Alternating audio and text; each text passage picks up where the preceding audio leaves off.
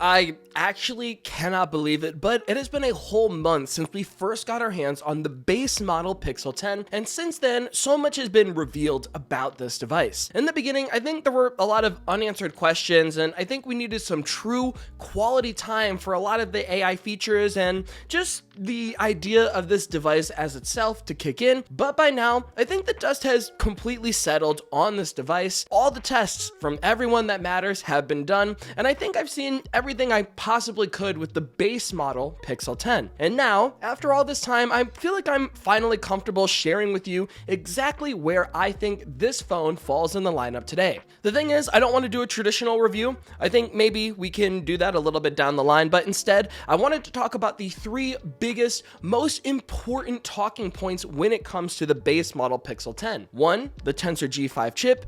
2, how are all these crazy new AI features doing still 1 month later? And 3, what kind of value does the Pixel 10 offer compared to other phones in the market as a whole? No doubt, I think this is one of the most complicated Pixel releases that we've seen in a very long time, but there are some really important aspects that you need to know about that make me really think the Pixel 10 will have a strong comeback later on in the year. Starting off, let's talk about what is probably one of the most divisive pieces of smartphone hardware I've seen in quite a while, which is the Pixel 10's new Tensor G5 chip. Personally, I think this is an aspect that myself and many Pixel fans were super excited for, as it was Google's first truly custom chip made by TSMC, and this is one of the very few Android manufacturers that has a custom processor and software made by the very same company, and I think many of us were hoping for Apple levels of performance and efficiency. Unfortunately, that is not what we got, and instead we got a processor that feels like a first-gen chip in some regards. In general, the Tensor G5 was not the massive leap over the G4 that many of us have hoped for, but don't get me wrong, a lot has genuinely improved here. For years, I think we can all agree the biggest game-breaking issue with the Tensor era of Pixel phones has always been overheating, and even Google themselves acknowledged it in an internal document leak, stating the number one reason for Pixel returns was thermals, as the comfort limits were too high and they needed to drop. So clearly, this was a major issue for Google that they 100% needed to resolve with the Tensor G5, and based on my past month with this device, I would say it is officially fixed now. Ever since day one of using this device, this phone has always been super cool to the touch outside of the super regular initial setup while transferring over data. During that time, it's downloading so much from the cloud that it makes sense that the phone would get a little warm here. But outside of that, I'm really happy with the thermals in this regard. I've done everything you can think of, from games to Google Maps, video calls, extensive time using the camera in 90-degree weather. All of it has held up super well thermals wise on the Pixel 10. So on paper, it was probably the most important goal for Google, which I am glad is resolved, and I think a close second would be having a lot of these AI features run on device now, which we will talk about in a minute. But really, the biggest talking point that a lot of users are now shifting their focus on is performance, and as a whole, I'm seeing a lot of complaints saying the Tensor G5 has underwhelming performance, underwhelming efficiency gains, and potential compatibility issues for gamers due to the new Power VR GPU. And after a month of using the Pixel 10, I think I've come to notice a consistent pattern that you can come to expect with this device. For about 70 to 80% of daily tasks like scrolling social media, checking emails, browsing the web, taking photos, the Pixel 10 is perfectly fine, and I don't think you're going to have any issues with this experience. The entire time of using this phone, the operating system feels smooth and snappy, especially with those beautiful Material 3 expressive animations, and the day-to-day basic interactions are super clean and, as they would all say in the tech world, buttery smooth. Although, I do have to acknowledge, if you do look at speed tests, like this one from PhoneBuff for example, you will see devices coming from Snapdragon consistently open and load apps a bit faster, so it is worth noting, but in the real world, day-to-day use, I don't think it's gonna make a huge difference for those tasks. The issue is, the moment you step outside of those basic tasks, it does feel like you hit a wall of some kind, primarily with the GPU and graphically intensive tasks. Basic mobile games are perfectly fine here, like Candy Crush or Subway Surfers. Anything low end like that, I don't think you'll have any problems at all. But if you want to play something a bit more intense, like this new super popular Destiny mobile game that is blowing up a lot lately, you're going to notice the performance is genuinely awful, at least in my experience. For me, if I wanted to play this game with the most stable refresh rate possible, I have to play at the lowest possible resolution, which looks absolutely terrible, by the way. Otherwise, I'm getting super heavy frame drops and the entire game feels super sluggish. Delta Force Mobile is another super popular game that's been blowing up lately that also does run pretty poorly on the Pixel 10, where you don't even get access or an option to have the higher graphics settings. So games of that caliber really struggle with the Pixel 10, whether it's the base model or the Pros, and if you're doing any kind of video exporting, you'll also notice this is an area where the Tensor G5 is lacking as well. And I gotta be honest, guys, I don't think the issue with the Tensor G5 is about it beating the latest Snapdragon or A series chip from Apple. To me, I think it's about the kind of compromise that you, as a potential buyer, have to come to terms with. For what is a flagship price, you're getting a phone that does trade top-tier graphical performance for on-device AI and all-day efficiency. To be fair, some would argue that Google isn't even trying to target those that care about high-end gaming or intensive video tools, which I think is a valid point. There's definitely a lot of consumers to gain going that route, but on the other hand, I feel like that mentality excludes a huge number of people. I think it excludes pretty much anyone that might want to casually try out a new top-of-the-line game that is blowing up every once in a while. Basically, if you ever see yourself wanting to dive into high-end mobile gaming, even for an hour a week, and you expect to have rock-solid, stable frame rates, this chip definitely is not for you, and that's a compromise that you should at least know going into it and something you have to be okay with.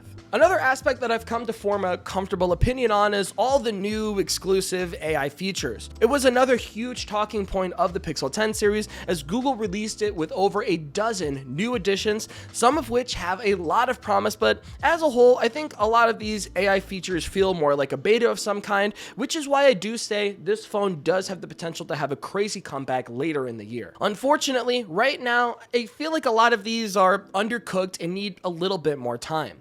The new Magic Q feature, for example, is wildly inconsistent, at least in my experience. This is something I was so excited to use in my day-to-day, as it was supposed to provide information from my Google apps like Gmail, Calendar, Messages, Maps, and suggest doing a task on my behalf in other apps. A lot of examples we got were having Magic Q reach into your email or calendar to communicate an address or confirmation in Google Messages, or during phone calls, Magic Q could display information like reservation or flight details. In concept, super cool, and I think it's the most advanced feature that any smartphone has at all right now. But in person, I do find it's incredibly unreliable. There were so many times over the past month where I intentionally baited it with suggestions, and it rarely worked, except for maybe a small handful of times, less than maybe 6 if we're keeping count. One particular moment I can remember is getting a Google Photo suggestion. So someone asked me for a photo of my dog, and then Magic Q recognized her from my Google Photos and suggested some images. That was pretty cool. And another time during a phone call, Magic Q showed an email suggestion that was definitely unrelated to the situation at hand. Needless to say, this is going to need a lot of fine-tuning, especially as one of the most heavily marketed features in the lineup. Daily Hub was another headlining AI feature that Google showed off. In fact, it's still talked about in their most helpful AI features blog, but at this point, a month after release, Google actually pulled it from public preview in order to, quote, actively work to enhance performance and refine the personalized experience, which I definitely think was the right move. In theory, this app was supposed to be a personalized space that brings together various updates for the user, like bills from your emails, upcoming events from your text messages, relevant Google Keep notes, media, and podcasts. There were also AI-powered suggestions for topics to learn more about, and it seemed like a great addition that could have been genuinely helpful, but over time I just found it showed me weird AI suggestions, media recommendations that were not really relevant, or straight up didn't show any additional data besides just the weather, which is something that I could have easily gotten from the at a glance widget. So I hope that the revamped version comes back much better than it was at launch. And needless to say, during my short time with Daily Hub, I've found it not useful in the slightest. The Pixel Journal app is another headlining Pixel 10 specific feature that I do like a lot actually, but it also does need a little bit of work as well. To be fair, this is something that I've specifically begged for Google to do in the past because I found that journaling with Gemini was so good, and it's really nice to see Google attempt to try something out in this realm.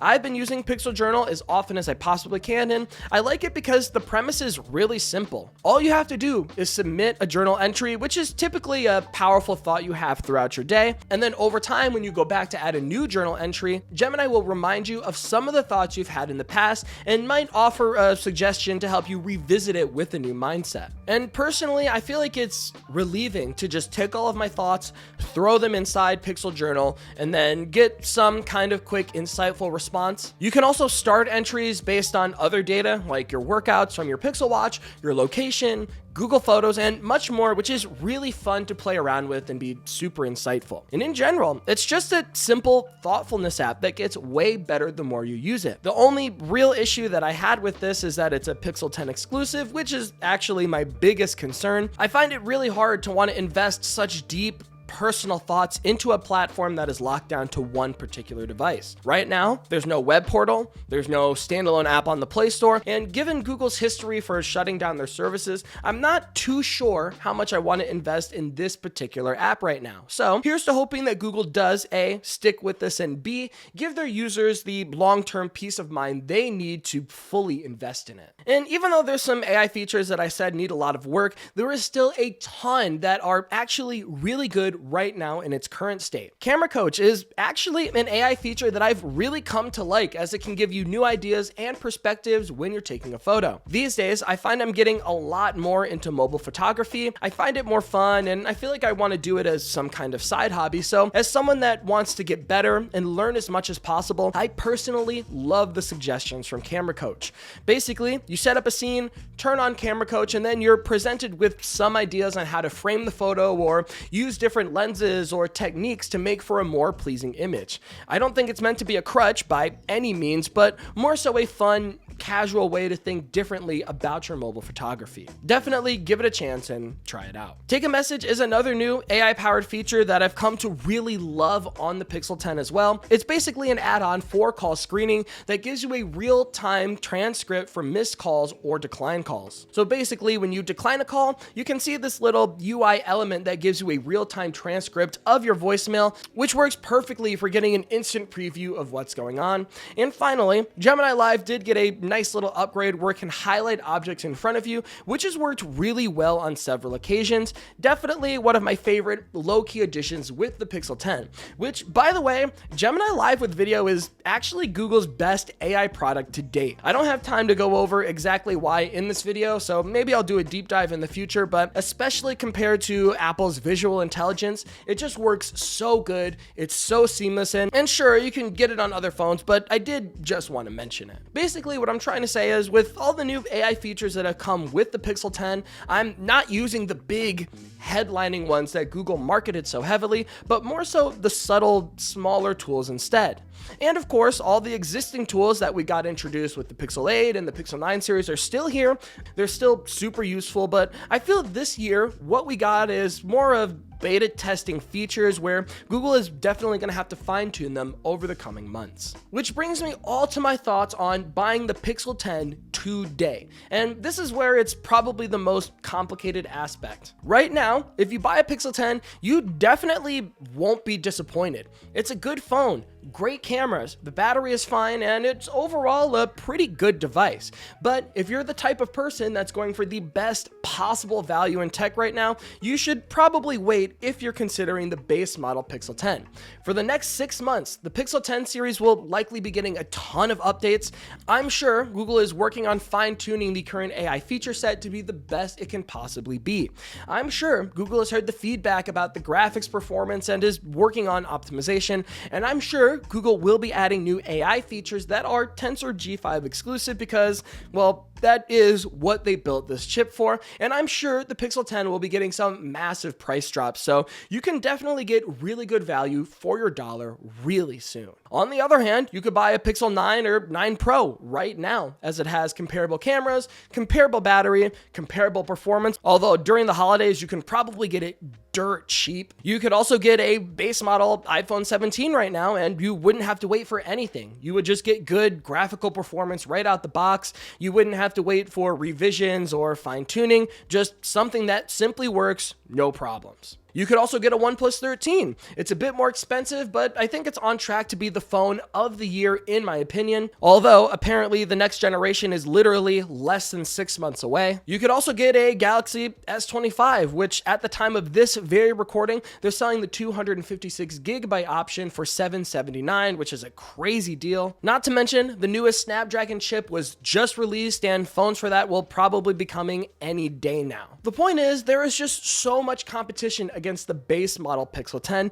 especially keeping in mind that it's probably going to need a couple months of software updates to mature a bit, and I think overall, this is why the Pixel 10 is getting so much flack right now, which is understandable, but also, this device does have so much potential, probably more than any other phone on the market right now, because Google seems to have a solid foundation for their AI ambitions. But for now, at least today, it does look like they need a little bit of time. This phone definitely has the chance to make a crazy comeback later in the year, and hey, I'm definitely looking forward to seeing it. But those are my big major thoughts on the Pixel 10, my friends. I feel like I'm also going to be working on something more of a traditional review 1 month later, just because I know there's a lot of aspects I didn't cover, so please subscribe and stick around for that. But until next time, this has been Jordan Floyd from 9to5 Google. Thank you so much for watching, and I'll see you in the next one.